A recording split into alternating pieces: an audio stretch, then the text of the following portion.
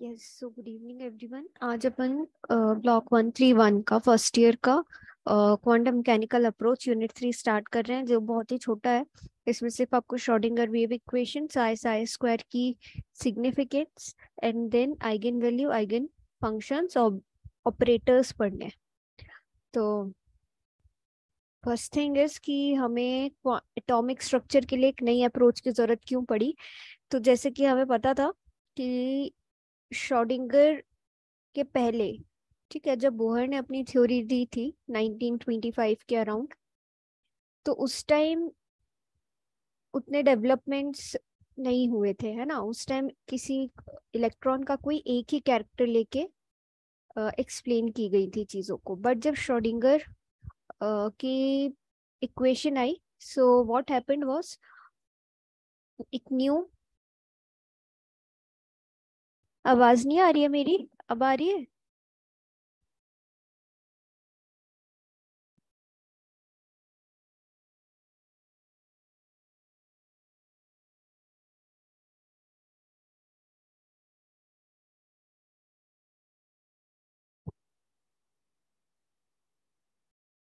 अभी आवाज आ रही है?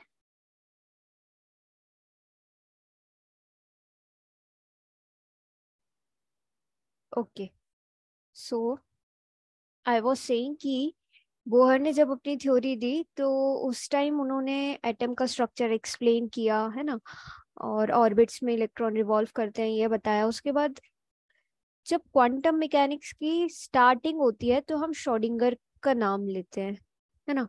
तो श्रोडिंगर का नाम लेते हैं तो ऐसा क्यों? क्योंकि वो पहले थे जिन्होंने मैथमेटिक्स का यूज किया यहाँ पर चीजों को एक्सप्लेन करने के लिए, ठीक है। तो पहले तो हम बोल रहे थे कि इलेक्ट्रॉन का मान लो वेव नेचर है, फिर कभी बोला पार्टिकल नेचर है, फिर हमने सेकेंड यूनिट में पढ़ा कि इसके दोनों नेचर है, डुअल नेचर है।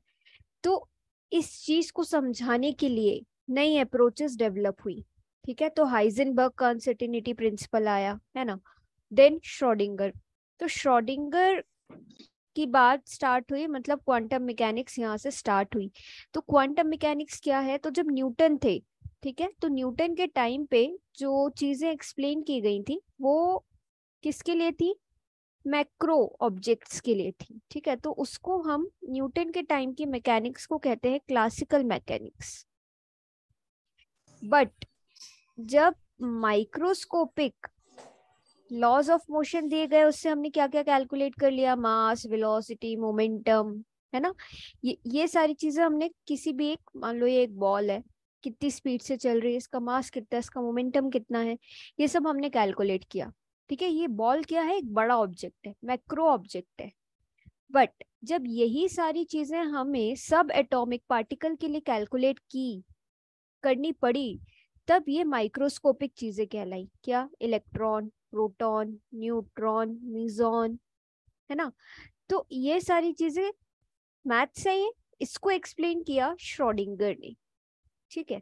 तो इनकी इक्वेशन आई श्रोडिंगर वेव इक्वेशन। तो ये चीज हमें इस चैप्टर में पढ़नी है। फिर इसमें हमें छोटा सा एक नॉर्मलाइजेशन कांस्टेंट पढ़ना है, ऑपरेटर पढ़ने हैं। तो ये बहुत ही छोटा है और इसमें से श्रोडिंगर वेव इक्वेशन आपको आती ही आती है, ठीक है। ये पॉस्टुलेट्स है, ये लास्ट में पढ़ाऊंगी क्योंकि ये इजीली समझ नहीं आते हैं। ये एमएससी लेवल के जब आप पढ़ोगे पूरा ना, हाइड्रोजन आइटम, उसका डेरिवेशन, ये सारी चीजें, तब आपको पॉस्टुलेट समझ आएंगे। तो ये जो श्रोडिंगर वेव इक्वेशन आपको यहाँ दी गई है, ये बहुत शॉर्ट में दी गई है। ये जो आपका ये आ रहा है ना डेरिवेशन, ये जो इक्वेशन आ रही है, इसके पहले भी कुछ स्टेप्स हैं जिसके बाद ये आया हुआ है। तो मैं आपको इसका पूरा डेरिवेशन बता रही हूँ क्योंकि ये डेरिवेशन इंपॉर्टेंट है, और मैं लास्ट पेज पे बता रही हूँ जहां पर ये ब्लैंक है, ठीक है। सो यहाँ पर मैं आपको बता रही हूँ, आप लोग नोट करते जाना साथ साथ में। So we are starting with first Schrodinger wave equation, और Schrodinger wave equation. So I space इतना ही है तो मिटा मिटा के लिखना पड़ेगा, इसलिए लिखते जाना, ठीक है। तो श्रोडिंगर वेव इक्वेशन आई 1924 या 26 आप कह सकते हो, ठीक है। तो इसके बाद यहाँ से जैसे मैंने आपको बोला कि मैथ्स की स्टार्टिंग हुई, है ना। वेलोसिटी, मोमेंटम, ये सारी चीजें, स्पीड कैलकुलेट की गई। तो ये एक वेव है, ठीक है, ये इसकी वेवलेंथ है। ये एक पॉइंट है ओरिजिन ओ, और ये एक्स कोऑर्डिनेट है, ये एक्स डायरेक्शन में वेव ट्रेवल कर रही है, ठीक है। नाउ किसी भी, ये ओरिजिन है, यहाँ पर मैंने एक पॉइंट पी ड्रॉ किया, तो इस पे जो एम्पलीट्यूड होगा वो साई है, ठीक है। इसको मान लो ये पी पॉइंट है। अब ये ये जो डिस्टेंस है, ये कम है, ये ज्यादा है, ये फिर कम हो गया। So what is happening here कि आपका जो एम्पलीट्यूड है या वेव फंक्शन है, वो पहले कम होता है, फिर बढ़ता है, फिर से कम होता है, ठीक है। नाउ ये जो मैक्सिमम वेव फंक्शन है आपका, सेंटर पे जो मैक्सिमम वेव फंक्शन होता है, उसको आप बोलते हो साई नॉट, ठीक है, साई नॉट बोलते हो आप। अब यहाँ पर वाई एक्सिस पे आपने वेव फंक्शन लिया हुआ है। अब इस वेव का एक इक्वेशन है, ये मैं डेरिवेशन स्टार्ट कर रही हूँ। इस वेव का इक्वेशन है psi equals to psi naught sine 2πx/λ, ठीक है। ये आपकी इक्वेशन 1 है। This is known as equation of wave. Now what will we do, हम, क्योंकि ये इलेक्ट्रॉन ट्रेवल कर रहा है तो वो वेव बना रहा है, ठीक है। ये उस वेव का इक्वेशन है। अब इस वेव को आप डिफरेंशिएट कर दो, differentiate with respect to x. अब आप यहाँ पर मेंशन कर देना साई क्या है, Sai is amplitude, Sai not क्या है, मैक्सिमम एम्पलीट्यूड, और एक्स क्या है, वेवलेंथ, और लैम्डा क्या है, ठीक है। ये सारी चीजें यहाँ डिस्क्राइब कर देना। अब आप जब इसको डिफरेंशिएट करोगे तो क्या हो जाएगा, d psi upon d x equals to, since ये कांस्टेंट है तो ये ऐसे ही रहेगा। नाउ साइन के आगे जो भी लिखा होता है उस पूरे का भी डिफरेंशिएशन होगा, फिर इस क्वांटिटी का भी डिफरेंशिएशन होगा, और इसका भी डिफरेंशिएशन होगा। तो तीनों का अलग अलग डिफरेंशिएशन होता है। साइन का क्या होता है, कॉस, तो पहले आप लिख दो कॉस 2πx/λ। अब साइन के साथ 2π/λ था तो उसको एज इट इज लिख दो, और tx/x, तो ये क्या हो जाएगा, ये 1 हो जाएगा, ठीक है। तो इसको अब मैं इरेज कर रही हूँ, इस पूरे को इसके आगे ऊपर लिख रही हूँ। अब हम ये जो हमें इक्वेशन मिली, हम इसको फिर से डिफरेंशिएट करेंगे, so it will be known as double differentiation, ठीक है। तो ये थोड़ा लंबा चौड़ा है, मे बी आज सिर्फ यही हो पाए, बट ये डेरिवेशन बेस्ट है, आसान है, क्योंकि वहां से करोगे तो वो बिल्कुल सही तरीके से नहीं दिया हुआ है।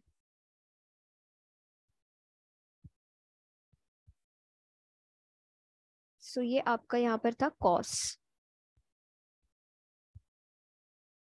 ठीक है, कॉस। अब इसको फिर से डिफरेंशिएट कर दो, इसको डिफरेंशिएट कर दो, या इसको पहले ऐसे लिख लो, d psi by d x equals to psi not, इसको पहले लिख लो 2π/λ, इसको यहीं रहने दो, और ये आपका 1 हो गया। नाउ इसको फिर से डिफरेंशिएट करो विथ रिस्पेक्ट टू एक्स। जब आप इसको फिर से डिफरेंशिएट करोगे विथ रिस्पेक्ट टू एक्स, आपको क्या मिलेगा, ये हो जाएगा d² साई dx², हो जाएगा ना, क्योंकि d/dx फिर से हम डिफरेंशिएट करेंगे तो d/dx, d का ऊपर भी इंटू, और dx into dx² sign not वैसे ही रहेगा, ये वैसे ही रहेगा। कॉस के आगे जो भी है वैसे ही साइन का भी डिफरेंशिएशन जैसे था वैसे कॉस का भी होगा। तो कॉस का डिफरेंशिएशन होता है माइनस साइन 2πx/λ, इसको ऐसे लिख दिया, फिर 2π/λ को एज इट इज लिख दिया, और dx/x 1 हो गया, ठीक है। नाउ इन दोनों को इंटू कर दो, ठीक है, इन दोनों को इंटू करोगे क्या मिलेगा, 4 पाई स्क्वायर लैम्डा स्क्वायर, और यहाँ ये माइनस है, माइनस का यहाँ सामने मल्टीप्लिकेशन कर दिया, साइन 2 पाई x अपॉन लैम्डा, और यहाँ है D square Sai upon d x square. ठीक है, ये आपको एक इक्वेशन मिली। अच्छा, अब जरा इस इक्वेशन को ध्यान से देखो, जो वेव की इक्वेशन हमने लिखी थी, क्या उसमें से हम यहाँ कुछ रिप्लेस कर सकते हैं? वेव की इक्वेशन थी, वेव की इक्वेशन क्या थी? Psi equals to psi naught sine 2px upon lambda. तो ये पूरी चीज की जगह आप क्या लिख सकते हो? इस पूरी चीज की जगह आप लिख सकते हो Sai 4 pi square lambda square D square psi d x square. ठीक है, अब इस पूरे टर्म को लेफ्ट हैंड साइड ले जाओ, तो d square psi d x square plus 4 pi square lambda square psi equals to 0। ये इक्वेशन आपकी, इसको दे दो 2, and this is the most common form of Schrodinger wave equation. और आपका जो डेरिवेशन स्टार्ट हुआ है आगे, वो इस इक्वेशन से स्टार्ट हुआ है, ये जो अभी हमने डिराइव की है। ठीक है, ये इधर से आपका डिराइव होना स्टार्ट हुआ है। अब अपन इसके आगे बढ़ते हैं, तो इसको इरेज कर लेते हैं। अब अपन क्या करेंगे? अब अपन यहाँ पे लैम्डा की जो वैल्यू है उसको सब्स्टिट्यूट करेंगे, किससे? डी ब्रॉगली की इक्वेशन से। तो डी ब्रॉगली की इक्वेशन है lambda equals to h upon m v. तो लैम्डा स्क्वायर चाहिए, तो h square m square v square कर देंगे। तो यहाँ लैम्डा की जगह रख देंगे अपन उसकी वैल्यू, फिर अपन इसको सॉल्व करेंगे। ठीक है, सो लेट्स बिगिन। अब अपन बढ़ते हैं इस इक्वेशन के आगे। तो हमारी इक्वेशन जो आई वो थी d square psi d x square plus 4 pi square lambda square psi equals to 0। ये इक्वेशन 2 थी। अब आपको पता है कि, क्या पता है आपको? डी ब्रॉगली के according h upon m v होता है। अब आपको लैम्डा का स्क्वायर चाहिए है, तो इसका स्क्वायर कर दोगे तो यहाँ हर जगह स्क्वायर हो जाएगा। Now you put the value of that here. Lambda square क्या हो जाएगा? H square m square v square psi equals to 0। Now अब आपको यहाँ कुछ दिख रहा है? ये दिख रहा है कुछ? एम वी किससे रिलेट कर रहा है? किस चीज से रिलेट कर रहा है m v? Kinetic energy half m v square potential energy v total energy potential energy plus kinetic energy. Now considering one thing, total energy of electron is E, so it is the sum of potential energy plus kinetic energy. So total energy E equals to potential energy plus kinetic energy. Potential energy को V से denote करते हैं, kinetic energy को half m v square से। Now आप इस V को इधर ले जाओ, तो E minus v equals to half m v square. Now what you will do? अब आप यहाँ पे 2 को उधर ले जाओ, तो बचेगा m v square. Now multiply कर दो यहाँ पर m का। क्यों मल्टीप्लाई कर रहे हैं m का? क्योंकि हमें m स्क्वायर वी स्क्वायर चाहिए, तो वी स्क्वायर तो है, m स्क्वायर नहीं है। तो 2m e minus v equals to m square v square. अब ये वैल्यू को आप पुट कर दोगे कहाँ? यहाँ। ठीक है, m स्क्वायर वी स्क्वायर की जगह पे। तो अपन पुट करते हैं 2m e माइनस वी, अपन को पुट करना है। तो पुट करके देखते हैं क्या मिलता है।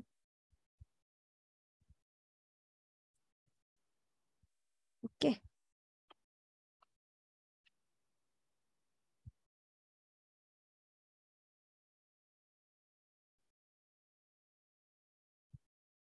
अब अपन ने यहाँ पे पुट किया d square psi d x square plus 4 pi square m square v square की वैल्यू आपकी आई थी 2m e - v upon h square equals to, यहाँ साई था, इक्वल्स टू 0। ठीक है, अब इसको मल्टीप्लाई कर दो तो d square psi d x square plus 8 pi square m e - v upon h square psi equals to 0। And ये इक्वेशन आपकी मोस्ट फेमस इक्वेशन है, Schrodinger wave equation in one dimension. One dimension क्यों? क्योंकि सिर्फ x direction की बात हो रही है। So this is the most famous equation, very very famous. अब अपन क्या करेंगे, इसको तीनों डायरेक्शन के लिए लिखेंगे। तो तीनों डायरेक्शन के लिए लिखेंगे तो क्या हो जाएगा, t square psi d x square है, d y square d z square. ठीक है, और ये पूरा सेम ही रहेगा। तो अब आगे बढ़ते हैं। ये डेरिवेशन आसान है, बस इसके ये पता होना चाहिए कि एक इस चीज के बाद करना क्या है। ठीक है, सबसे पहले हमने वेव की इक्वेशन लिखी, फिर डिफरेंशिएट किया, फिर से डिफरेंशिएट किया, उसके बाद हमने लैम्डा की वैल्यू रखी, लैम्डा की वैल्यू के बाद हमने काइनेटिक एनर्जी और पोटेंशियल एनर्जी को सम करके वैल्यू निकाली, वो रखी, और उसके आगे हम ये कर रहे हैं।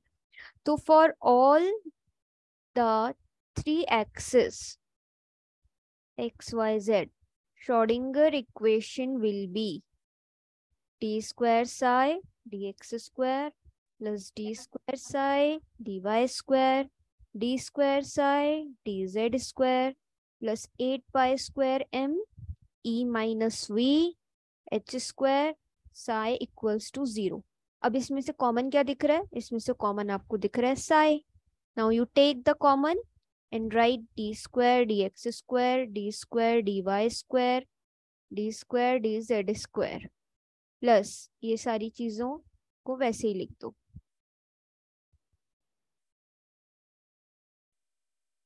नाउ ये जो चीज है, ये जो चीज है आपकी कहलाती है लैप्लेशियन ऑपरेटर।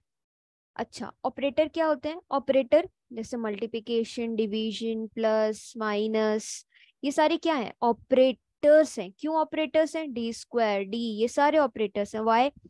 2 में 2 जोड़ोगे तो 4 मिलेगा। तो ये एडी, ये जो प्लस साइन है ये क्या है? ये ऑपरेटर है। ये डिजिट्स पे ऑपरेट कर रहा है और आपको एक नई वैल्यू दे रहा है। So operator is what? Mathematical function. तो लैप्लेशियन ऑपरेटर यहाँ पर आया। क्यों? क्योंकि ये डी है, डिफरेंशियल है, तो ये भी एक ऑपरेटर है। तो अब आप इन तीनों चीजों की जगह लैप्लेशियन ऑपरेटर रख दोगे, लैम्डा लैम्डा कह रही हूँ, लैप्लेशियन स्क्वायर। ठीक है, तो इसको जब रखोगे तो क्या मिलेगा, देखते हैं। तो जब आप इसको रख दोगे तो आपको मिलेगा square plus 8 pi square m e minus v upon h square psi equals to 0। ये आपका दूसरा फॉर्म आ गया श्रोडिंगर इक्वेशन का। ठीक है, ये आपका आ गया दूसरा फॉर्म। और ये यहाँ पर आपका ये जो है ये क्या है? लैप्लेशियन ऑपरेटर, लैप्लेशियन ऑपरेटर। अब आप क्या करोगे, इस लैप्लेशियन ऑपरेटर में, मतलब इस पूरी इक्वेशन में minus h square upon 8 pi square m, ये जो है ना, इसका इन्वर्स करके मल्टीप्लाई कर दोगे पूरी इक्वेशन में। और जब मल्टीप्लाई करोगे तो क्या मिलेगा, ये खत्म ही होने वाली है, बस 1-2 स्टेप बचे हैं और ये इक्वेशन खत्म। तो जो लास्ट इक्वेशन मिलेगी वो आप देखोगे कि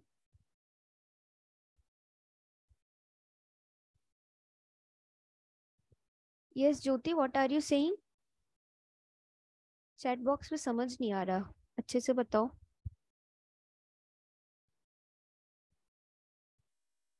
ओके, नाउ हमें जो इक्वेशन मिली that was Laplacian square psi 8 pi square m h square e minus v psi equals to 0.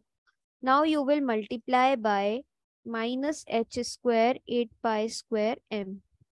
तो जब आप मल्टीप्लाई करोगे तो क्या मिलेगा, देखते हैं। यहाँ भी मल्टीप्लाई कर दोगे,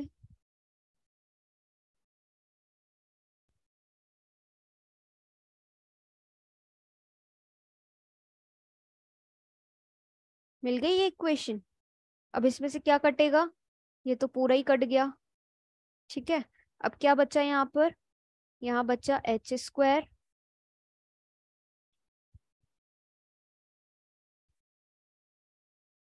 ये ब्रैकेट लगे रहने दो। अच्छा, 8 pi square m Laplacian square psi. अब ये माइनस है, इस माइनस का इस ई में, अभी ये प्लस है तो प्लस माइनस माइनस हुआ। साई का भी मल्टीप्लिकेशन कर दो वी में और ई में। जब साई का इस पूरे ब्रैकेट में मल्टीप्लिकेशन होगा तो क्या होगा, ई साई, और ये माइनस प्लस हो जाएगा तो वी साई इक्वल्स टू 0। ये इक्वेशन मिलेगी, मिलेगी ना। अब यहाँ क्या करोगे, ये माइनस वाले को उधर शिफ्ट कर दो। तो जब ये माइनस वाले को उधर शिफ्ट करोगे तो ये एज इट इज रहेगा, plus v psi equals to e psi. अब एक नया ऑपरेटर यहाँ पर ऑपरेट करता है, वो होता है हैमिल्टोनियन ऑपरेटर। अभी हमने देखा था लैप्लेशियन ऑपरेटर, अब यहाँ पर आएगा हैमिल्टोनियन ऑपरेटर। ओके, सो बस ये लास्ट स्टेप है, इसके बाद Schrodinger wave equation will be finished. So हमें क्या मिला लास्ट में, h square 8 pi square m psi square Laplacian square psi, plus यहाँ पर था वी साई और यहाँ था ई साई। अब इसमें से आपको साई कॉमन दिख रहा है, तो आप साई को बाहर निकाल लो, और जब साई को बाहर निकालोगे तो आपको मिलेगा minus h square 8 pi square m Laplacian square plus v equals to e psi. Now this is the new operator that is known as h, and it is known as Hamiltonian operator. Okay, so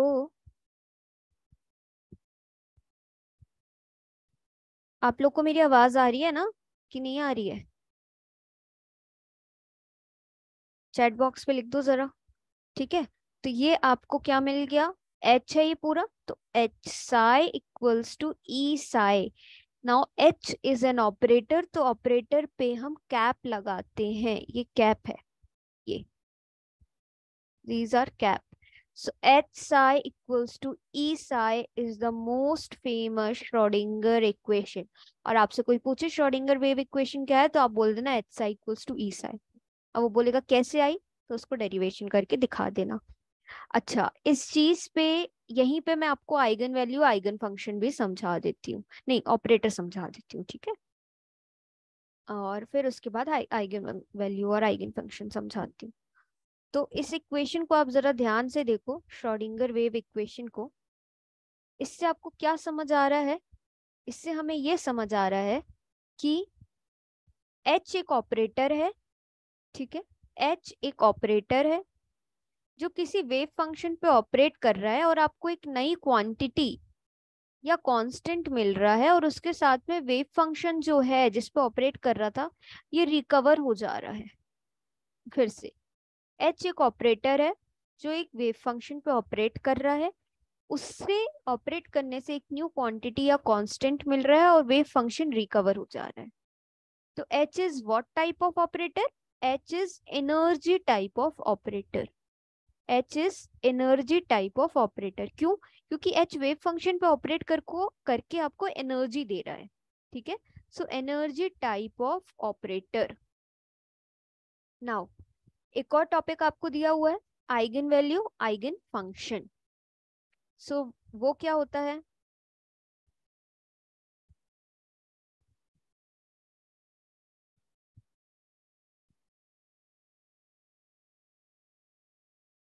yes Ravi, very good, I appreciate you. ठीक है, अब अपन देखते हैं eigen value eigen function.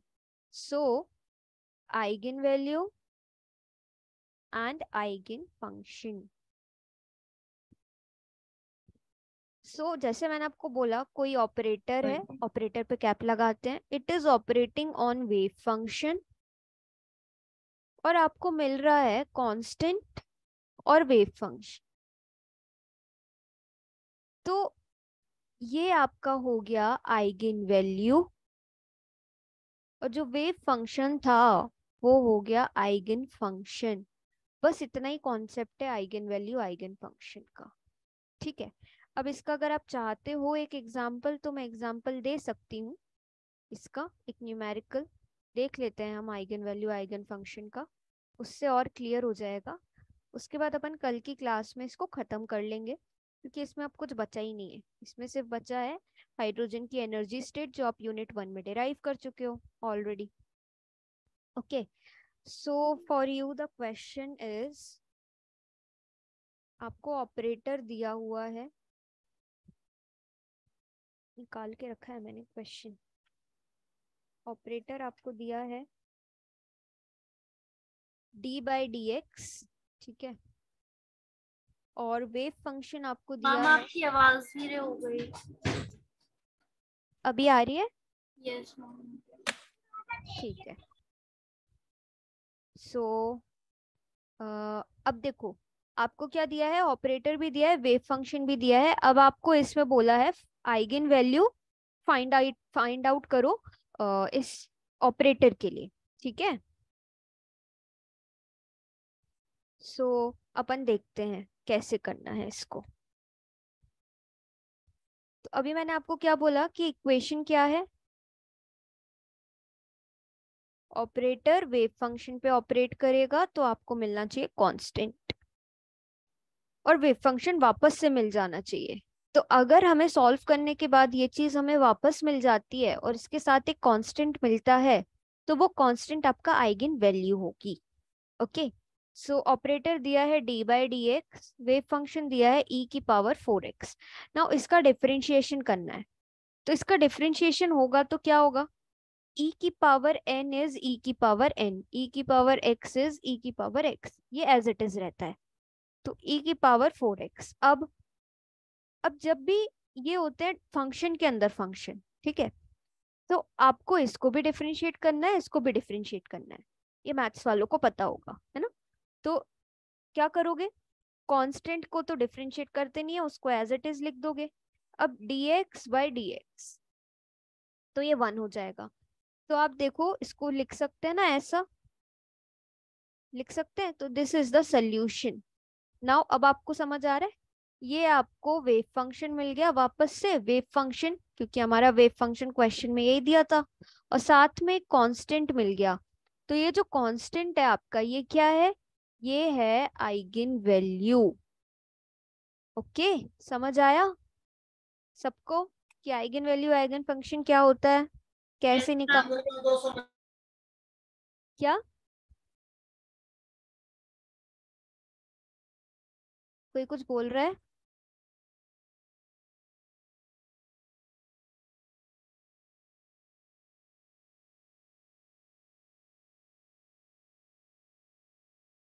Stop कर दूं? हो गया, समझ आया सबको?